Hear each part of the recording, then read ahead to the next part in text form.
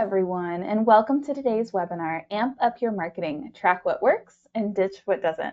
I'm Emily Jenkins, the Director of Marketing here at Dominion Payroll. We're so glad you could join us as we explore how to evaluate your current marketing strategy and learn some tips for creating content that builds trust and drives results. Today, we're joined by Emily Krause, the founder and Chief Marketing Strategist for Amped Up Marketing. Before we dive in, just a quick reminder, today's session is being recorded and you'll receive a copy of the recordings after the presentation. If you have any questions at all, feel free to drop them in the chat and we'll be happy to address them. And with that, let's jump right in. Welcome, Emily.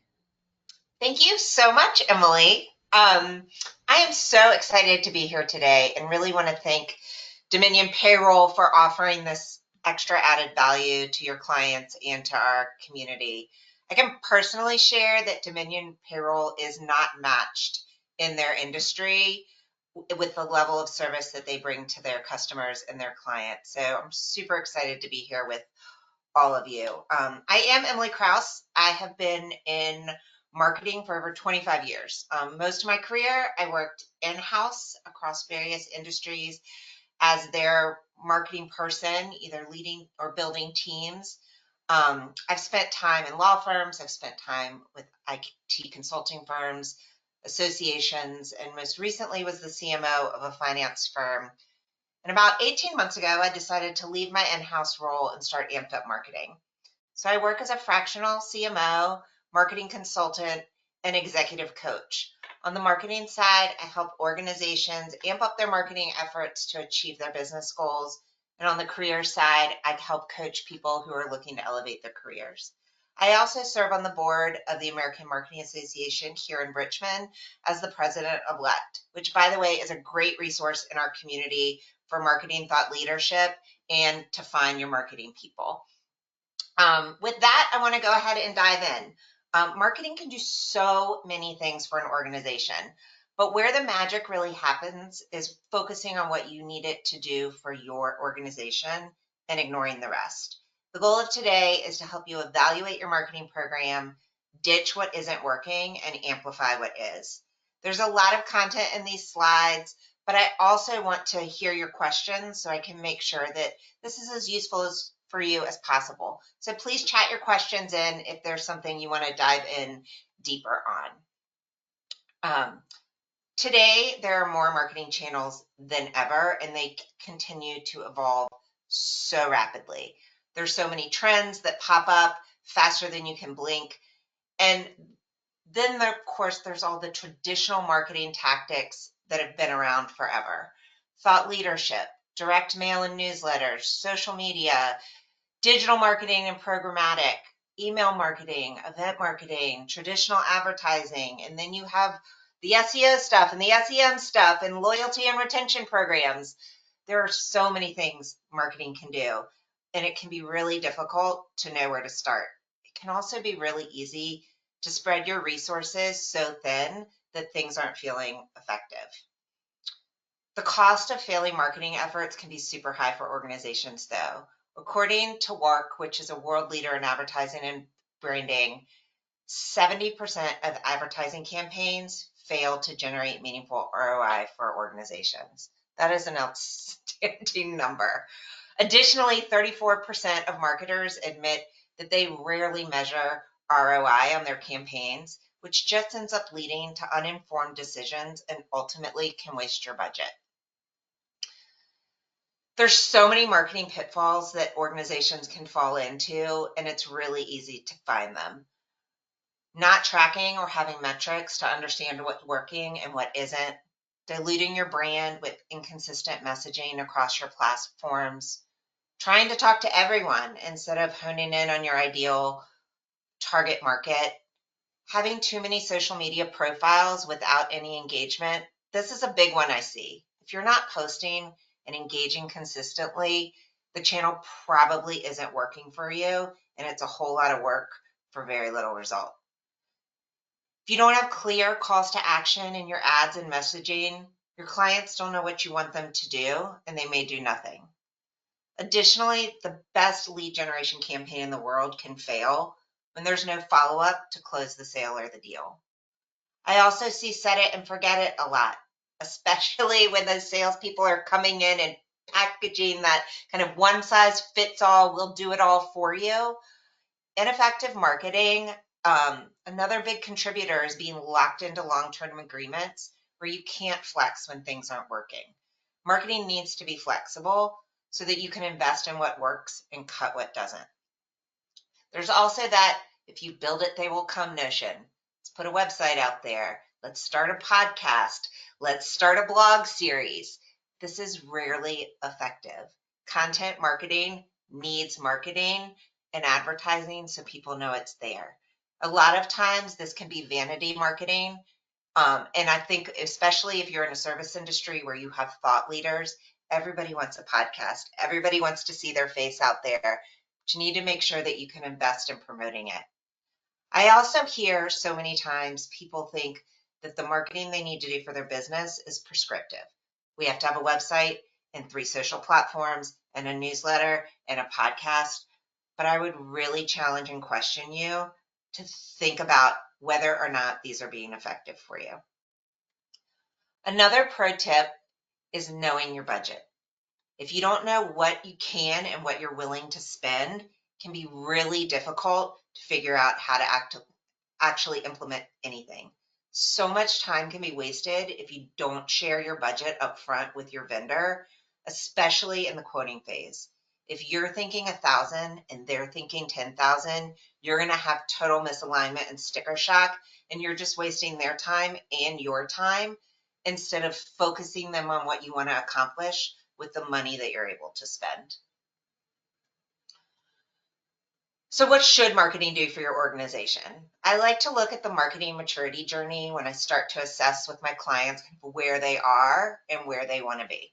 How mature is the marketing function at your company? Where do you sit on the spectrum? Are you kind of doing ad hoc marketing, limited strategy, or fragmented technology? Or are you following best practices, coordinating your marketing efforts, and optimizing what's working? The goal is to move from ad hoc across the continuum. While some organizations may never have the resources to check all the boxes, I really do believe that most organizations can get to that optimized marketing phase and even that innovative marketing phase with thoughtful planning and leveraging the right tools. So what do you need marketing to do for you? Let's start with strategy. Marketing should be intentional. If you're spending time and money on it, be intentional about what you want it to do, what the goal is, who you're talking to, and what actions you want them to take. You also need to know the results that you want to see. Otherwise, how can you tell if it's working? I usually recommend starting with an audit of your marketing tactics and your team. How are they spending their time? And if you don't have a department, look at how the individual contributors or yourself, how you're spending your time. What are your vendors doing for you? What's being produced? How long does it take to do that? I love tracking tools like Toggle Track, Time Ghost, or Tracking Time. They can make it really easy for you to audit how much time you're spending on various marketing activities. And I promise you, it's more time than you think. It's also important to understand what's table stakes. What marketing do you need kind of baseline minimum? Is it a website? Is it a Facebook page? What are those tools that have to be maintained for you to keep yourself out there? And then once you know where your team is spending their time and how much, you can start to look at the metrics and the results. They're spending a significant amount of time on a newsletter, yet your open rates are super low. What do you need to change? They're spending the majority of their time creating social media posts, yet you only have 100 followers and your click rates are super low, or you have no conversions. What do you need to change? Is there something you can stop doing? Do you need to keep producing that paper brochure that just lays in piles until they're thrown out when they're outdated? Do you need to be on TikTok if you're only producing 1 video a month? No, you don't. Is there something that's performing super well and you want to pour more energy into that? The tactics and results are aligned with the strategic goals of your organization, especially if you're on a limited budget, should be where marketing is focusing their energy. If your goal is to get more foot traffic, focus on the campaigns and promotions to drive that foot traffic. If you need to increase new clients, maybe you need to start focusing on lead generation. And then think about, what are the strengths of your team? What are they really good at versus what can or should be outsourced? Especially when you have a super small team, outsourcing can be a great way to build in flexibility and help you scale your efforts.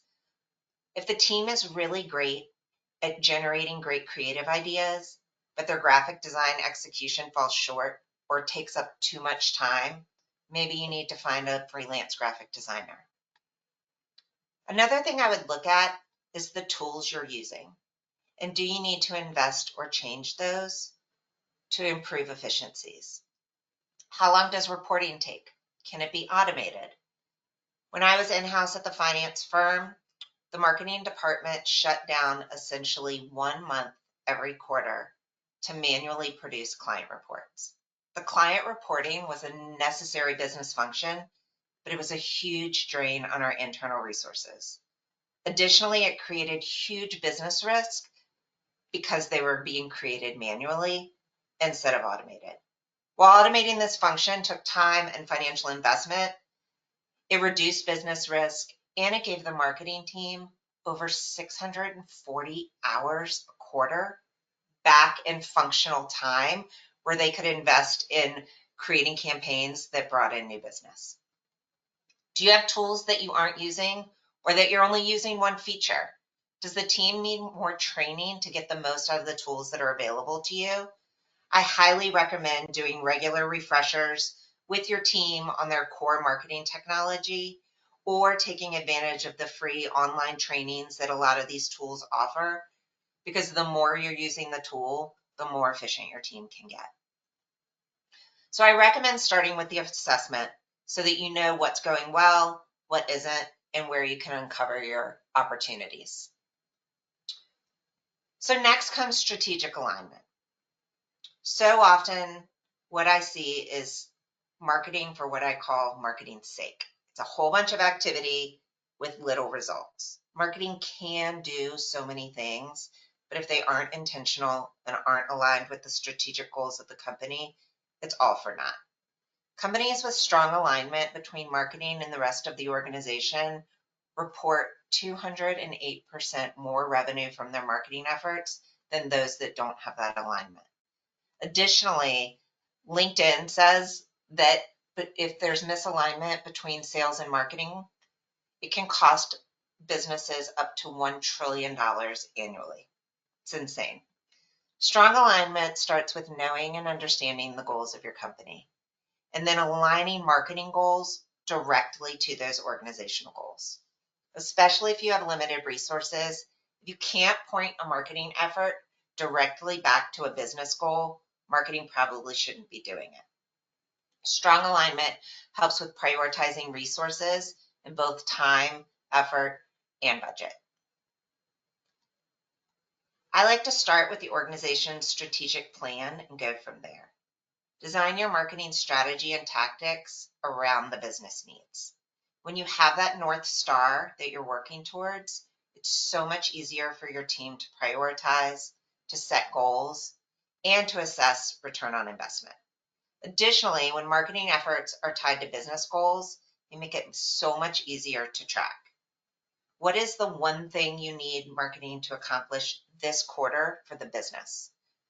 What are sales focused on this month? Is there a product launch? Are you expanding into a new region and need to build brand awareness?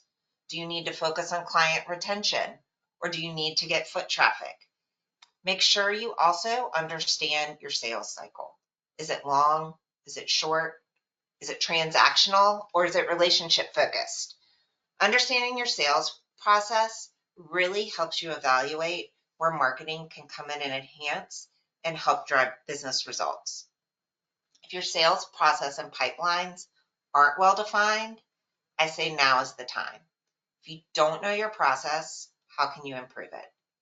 And if your customers and clients are experiencing different things from your sales representatives, it only dilutes your brand and ultimately diminishes trust in your organization. Believe it or not, I've worked for a number of successful organizations where when I came in, there was no sales process at all. What's your sales process? Well, we don't know. It wasn't defined. Once we spent time understanding the sales process and the pipeline, it became super crystal clear where marketing could add value to the organization. The goal is to get everybody rowing in the same direction. Define that North Star. If marketing could accomplish one thing for the business, what would it be? Make sure you're having these conversations.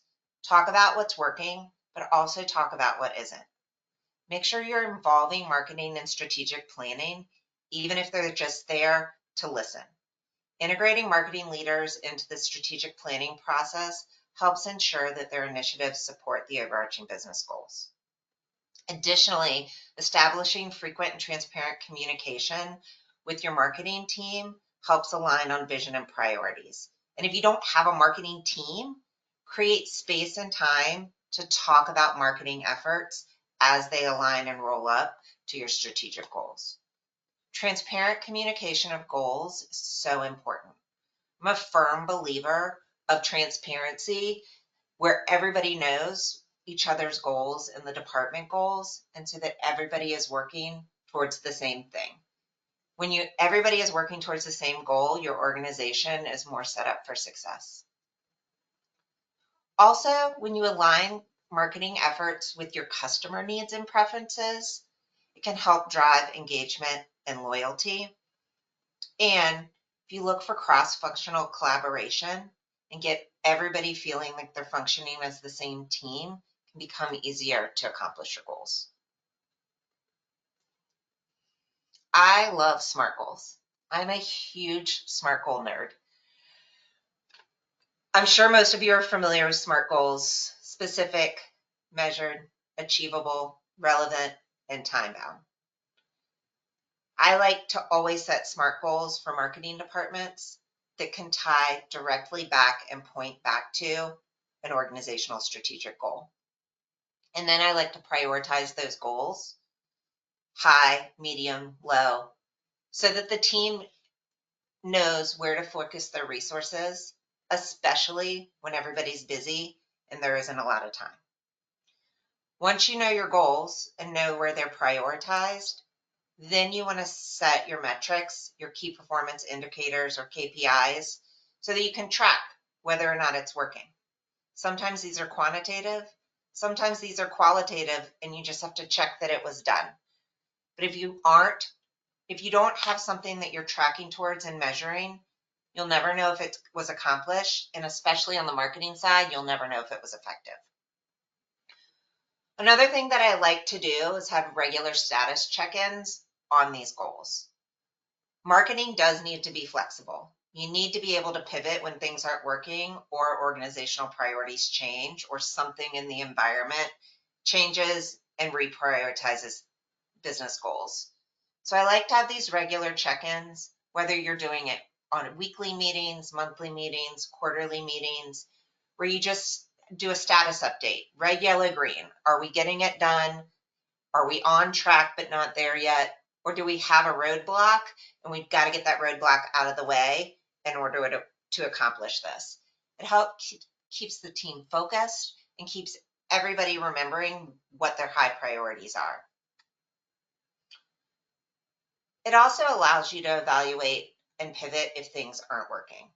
I really encourage you to make sure, especially if you have a sales team or a customer service team, that you're setting up a healthy feedback loop so that marketing not only hears the good, but they also hear the bad.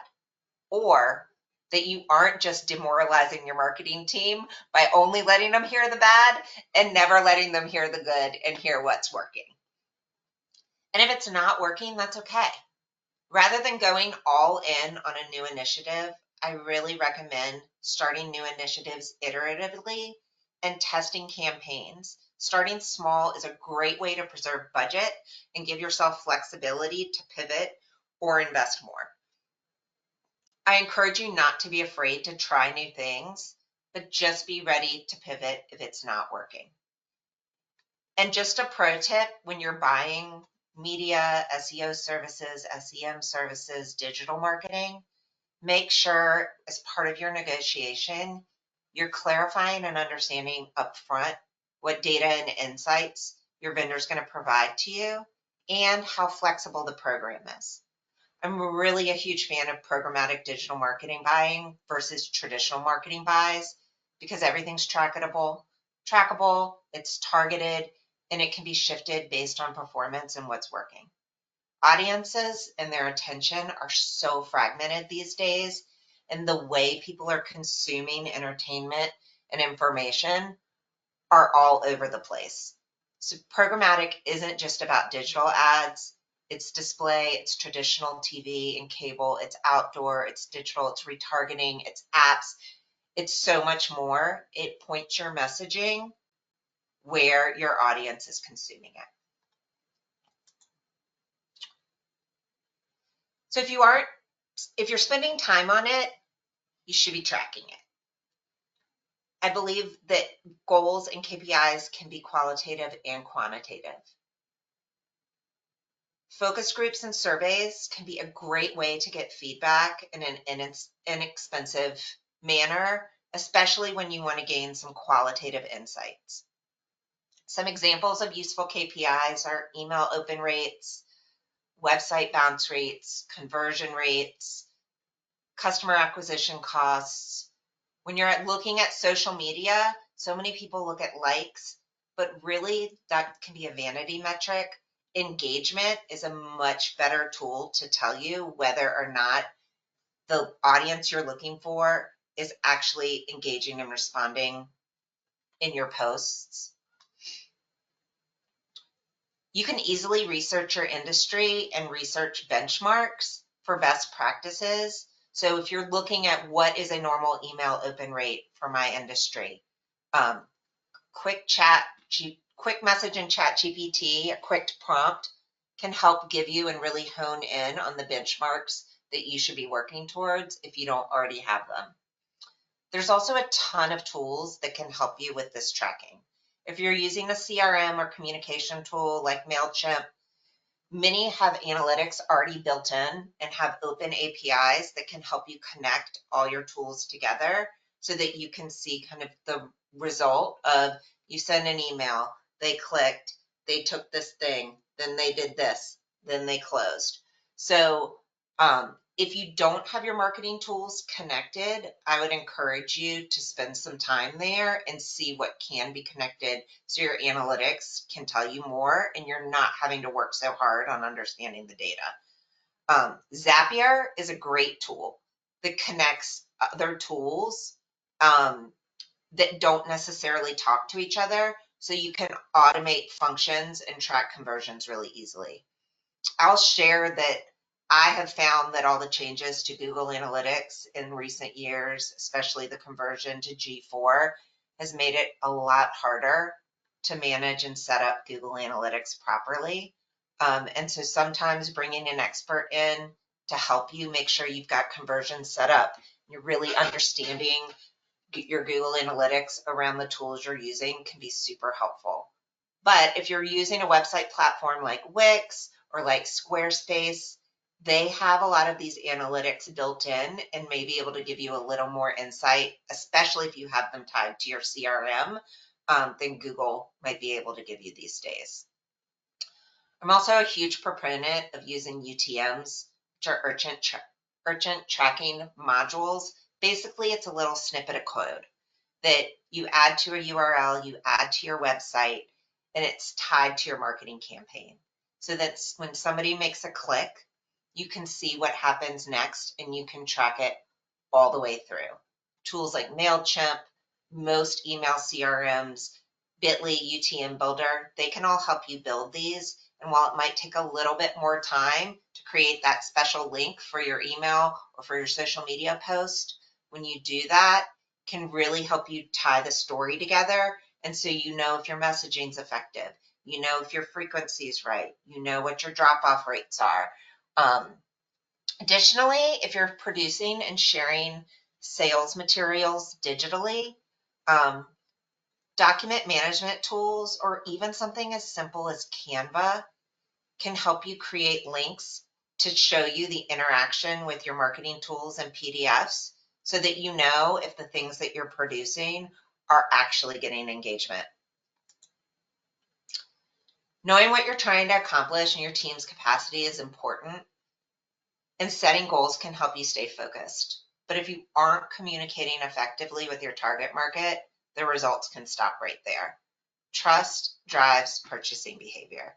81% of consumers state that they need to trust a brand, especially in today's marketplace, before making a purchasing decision. Influencer marketing also reported that 60% of customers are willing to pay more for products and brands that they're loyal to. So building messaging that works starts with really understanding your customer. If you don't know who your target market is or who you're trying to talk to, it can be really hard to communicate effectively. Spend time thinking about the needs that you're fulfilling for your customers. One size fits all messaging may not work if you have multiple targets with different needs or different personalities. And if your target markets aren't well defined, I really recommend spending some time here. You don't necessarily have to over-engineer surveys and research to understand your customers. Start with your CRM, your client database, your client lists, and see where you can identify trends. AI is a great tool to help you do this. Additionally, how are they differentiated? Sometimes there may not be huge demographic differentiators in the way people engage with your brand. It can be more based on personality and consumer need. Focus groups, stakeholder interviews, or just asking one question when people come in the door can really help with this. If you're in retail, have your cashiers ask one question at the end of every transaction. If you have a customer service team, add a question to the end of their calls. If you have a sales team, ask them to seek the specific feedback that you're looking to answer and give your team an easy way to get that information back to you. I recommend asking consistent questions so that you're comparing apples to apples can really help those insights rise to the top faster. Customer personas are something that can really help you tailor messaging and make sure you're developing the right messaging. Remember, sometimes it's the personality or the pain point that makes them different and not necessarily their demographics. When I was at the asset manager, our clients were financial advisors. On paper, there was not a lot that made them look different. Actually, they pretty much all looked the same. What we found was it was personality types that made the big difference in how they received our messaging and interacted with our business. Some only cared about the relationship. Some only cared about the data and results. Some took a really long time to build trust and make a decision. Once we understood this, we could identify and train our sales team to quickly identify what persona they were talking to and tailor their approach and their messaging based on that personality type. We stored these personas in our CRM so that anyone engaging with the client, from sales to the investment team to the executives, knew how to shift to engage with that client. This might sound complex, but in actuality, it took the sales team between 30 and 60 seconds of a conversation to figure out which persona they were talking to. And most of them could even do it from reading an email response. At the end of the day, we all know people aren't just one persona, but understanding your customer and their differences and their needs can go a really long way in understanding your sales cycle and how to close a deal. If you're in retail, train your staff to recognize which customers want a lot of attention versus which customers want to be left alone. It can greatly impact your sales. Think about what you're doing to satisfy your clients' needs. You don't necessarily have to have fancy personas to understand the makeup of your target market. Just remember that when you have limited resources, you should prioritize your effort where there's the most potential for business impact. Knowing who you're talking to, then you can focus on the content. Creating messaging that converts needs to focus on your customer need. You want to be clear about your business value propositions. What makes you different? Why should a customer engage with you? What's in it for them? What pain are you solving? Marketing messaging should be about the problem you're solving for the customer or the client, and it not about you and how great you think you are.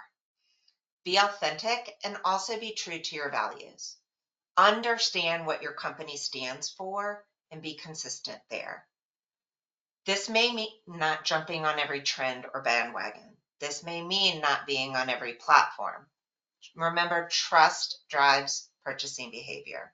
So if you say you stand for something, make sure you stand for it and don't make promises you can't keep. We live in a cancel culture. There is no faster way to get canceled than diminishing trust in your brand. Just look at what happened to Target in the last year. In just 40 days, they lost over $12 billion when consumers boycotted their stores following their pullback on DEI commitments that they had touted for years. Throughout my career, I've definitely helped companies navigate through cultural trends and challenges and whether or not it makes sense to engage or not engage. When you're trying to make these decisions, make sure that you're checking your values and what your company stands for and why your clients or customers are with you.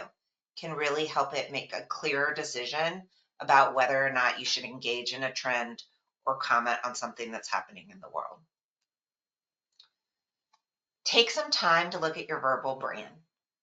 Does it need a refresh? Is it consistent? The key to a strong verbal brand is consistency.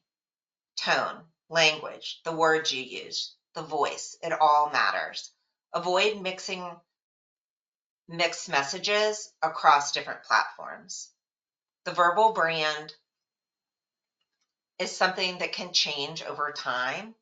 If your company has maybe evolved in the last 10 years, or you offer new products or services, or you've really made a shift in who you're focusing on, it may be time to update your content. Additionally, if you've had lots of turnover in your marketing team, or there are lots of different people involved in creating marketing materials, what you say about your company can become really inconsistent really easily. I'm a huge believer in having systems that make things as easy as possible, and I really love to use content matrices. I've got just a quick, dirty sample up here on the screen. I tend to do this in Excel or in a Google Doc where I keep all of the core messaging around a business in one place. This is taglines, a one-liner or elevator pitch, one paragraph, 4 paragraphs, the about, the history, your value propositions, your key stats and statistics, why you're different. Especially when I was working in a regulated industry, having approved consistent messaging at the ready made my team so much more nimble. They could just grab messaging and go. Also, if you are talking to lots of different personas, having this core messaging built out for your different personas, again, can make it really easy for your sales team or your marketing team to develop content specifically on those for those target markets. Consistency is the key here. So make sure you're investing not only in creating the content, but also training your team on how to speak and how to use it. Think about brands that crush this. Chick-fil-A always comes to mind. When you walk into a Chick-fil-A or go through the drive-thru, you get the same greeting, you get the same customer service, you get the same closing statement. It was my pleasure. Another thing that's really important to look at are your calls to action. Make sure that these are built into all of your marketing materials. Think about social posts, flyers, ads, website. Anywhere you're talking to your client, you should also be telling them what action you're looking for them to take. Do you have strong calls to actions when you're evaluating and kind of assessing your materials? Join, download, discover, register, get, action verbs, prompt engagement. Tell your customers what you want them to do. Call now, come shop, click here, download. Work to ensure there's brand consistency across all of your touch points. Think about maybe having a checklist whenever you're creating new materials. Is it in line with your visual brand, colors and logos? Does it align with your tone of voice? Are the images in line with your brand, especially when you're using stock images? I really recommend having image guidelines, even if you aren't using custom photography. And then have internal training on branding for your team so they know what to say, what's on brand, what's not on brand. And especially if you have an outside sales force, I'm a huge fan of templates. It can make it as easy as possible for your team to know what to use, what to say, and train them on how to use it. My last tip is to get comfortable with the tools you have available to you. There are so many tools out here that everything I've talked about today can help you get there so much faster and so much easier. I talked about the content matrix for core content and persona content. For those, I like to go old school with Excel or Google Sheets and just make sure everybody that needs the information has access, and that anytime a core piece of content is updated, that it's updated in the matrix. If you're producing content on a schedule, whether it's social media or a newsletter or blogs, have an editorial calendar that tells you what, when, and how, and have production schedules, like when things are due, when things need to be edited, when things go to production. It can be super helpful when you have more than one person contributing content. It can also help you plan ahead of time so that you can accomplish more. Same thing with the social media calendar. Themes, frequencies, hashtags, evergreen content. Keeping a history of this all in one place and having content that you can easily reuse reduces the amount of time and effort your team has to put in to social media, and again, allows you to plan in advance. For me personally, for myself and for my clients, I plan social media 1 month in advance always. That evergreen content, that consistent messaging around the brand is built out in campaigns and then scheduled. And then only the things that are happening in real time or the time sensitive things are the things that are posted in real time. It makes it so much easier to manage, especially if you have lots of channels, lots of profiles, and lots of personas. There's tons of social media tools and monitoring that are out there, tools like Hootsuite, Buffer, which is super on the inexpensive side, Later, Canva, Sprout Social. If you're managing more than one site, I really recommend using a social media scheduling tool. They can also help with workflow. So if you have somebody creating content, but somebody else needs to approve the content, especially if you're in a regulated industry, tools like this make it super simple to approve and then let things go live. Video is huge now, but video editing can be so time consuming. There are tons of great video editing apps and AI tools out there. I've dropped a few of them in here, but I'll click real quick and just see if I can show you. There is this great video that I've put the link in for you that breaks down all of the cool video editing tools out there, how to use them, what to use them for. If you're creating a podcast, like it can pull everything together for you quickly. These tools are great. Graphic design. If you've got graphic designers on site, Adobe Suite is the way to go. But if you don't have graphic design as a core skill set on your team, Canva is an amazing tool that allows you to create templates, keep everything on brand and consistent, and track analytics about how things are engaged. There's also a lot of content and research AI tools out there like ChatGPT, Jasper, Claude, depending on the type of content you're creating. I also love using ChatGPT for research. It can be a really quick way to cut down the amount of time it takes you to kind of assess your landscape. talked a lot about personas, and here at the bottom I've mentioned 3 tools that can help you create your client personas really quickly and give you insights into how to reach them best and how to communicate with them best. So marketing can do a lot, but the important thing is really focusing on what it should do for you. Focusing on your target market, focusing on your goals, that's where you want to start first. Make messaging that's meaningful to your target audience, focused on what's in it for them, and then use your metrics to make decisions versus making assumptions. And lastly, I would remind you to stay flexible and stay focused. I know I've shared a lot today, and amping up your marketing can feel super overwhelming. But my last piece of advice for you is to do it iteratively. All of this doesn't have to be tackled at once. When I talk to my clients about social media, they're like, oh my gosh, how do we post 5 things in a week and come up with all this content and come up with these things? Focus on one campaign at a time. Build out that campaign and then move on to the next one.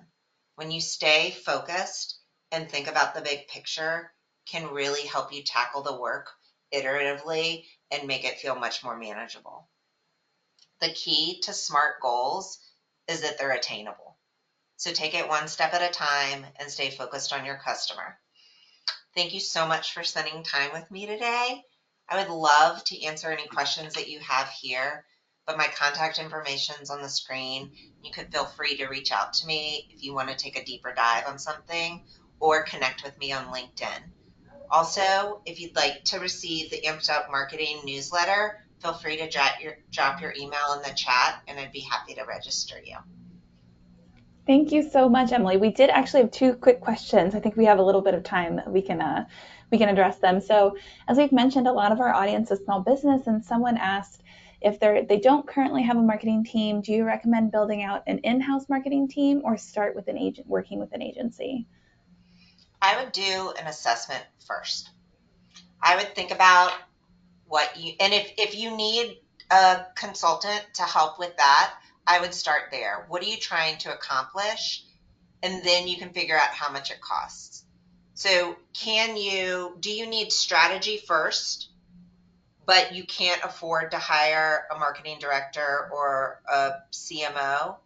Then you might want to look to a consultant to help you figure out and assess what you want to accomplish. And then you can figure out what resources you need to do that. Awesome. And then I would think about skill sets. So and budget.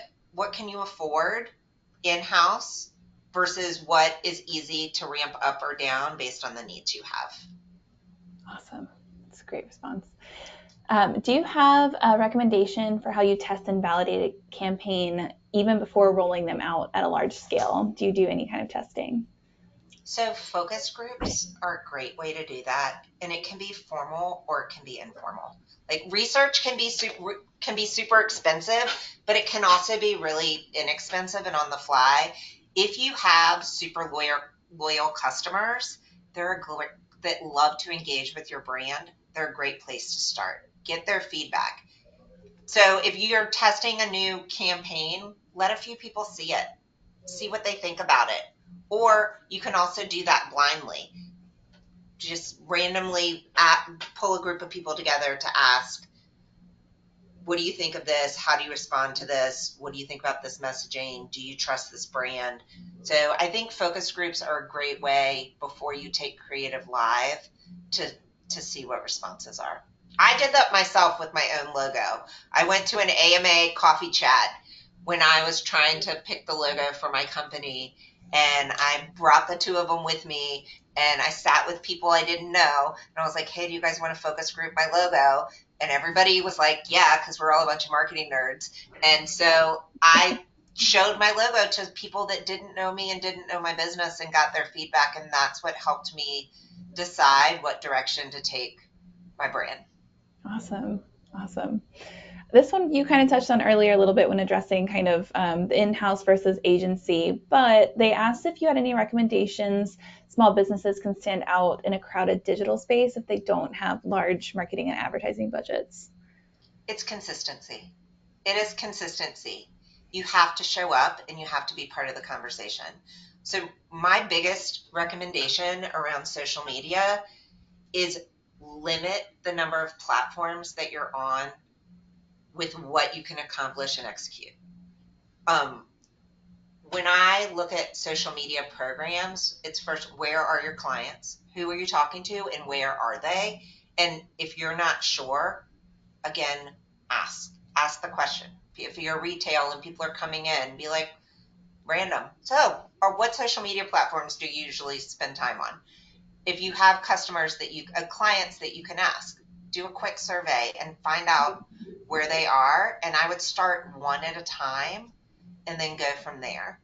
I also think thinking about that content creation as campaigns makes it, and create, like, blocking time to create a bunch of content at once really makes it manageable. So say you're like, okay, I'm going to do a campaign about the core key value propositions of my business. And I want to have I have six. So I want to have 2 posts for each value proposition. So block 2 hours on your calendar and write those posts and design the ads or create the videos, and then you have those in your library as evergreen content that you Mhm. can use and reuse. And then pick your next thing. Maybe you want to talk about product features. So then you prioritize your products, prioritize the features, and maybe you tackle one campaign a week. And then you create that evergreen content and it helps you stay present and focused. Awesome. Thank you so much, Emily. This was amazing. You covered such incredible content for everyone here, and I'm so excited to see what they can do with it. And of course, like we said, we recorded this. We'll be sending it out with Emily's contact information too. Thank you again, Emily, so much for sharing all of your insights today. Thank you so much for having me. And if you're going to share the deck, the links to the tools I talked about are in the PDF. So hopefully that's helpful to you. Awesome. Thank you again so much. Have a Thank great you. afternoon, everyone. Bye, All everybody. right, take care.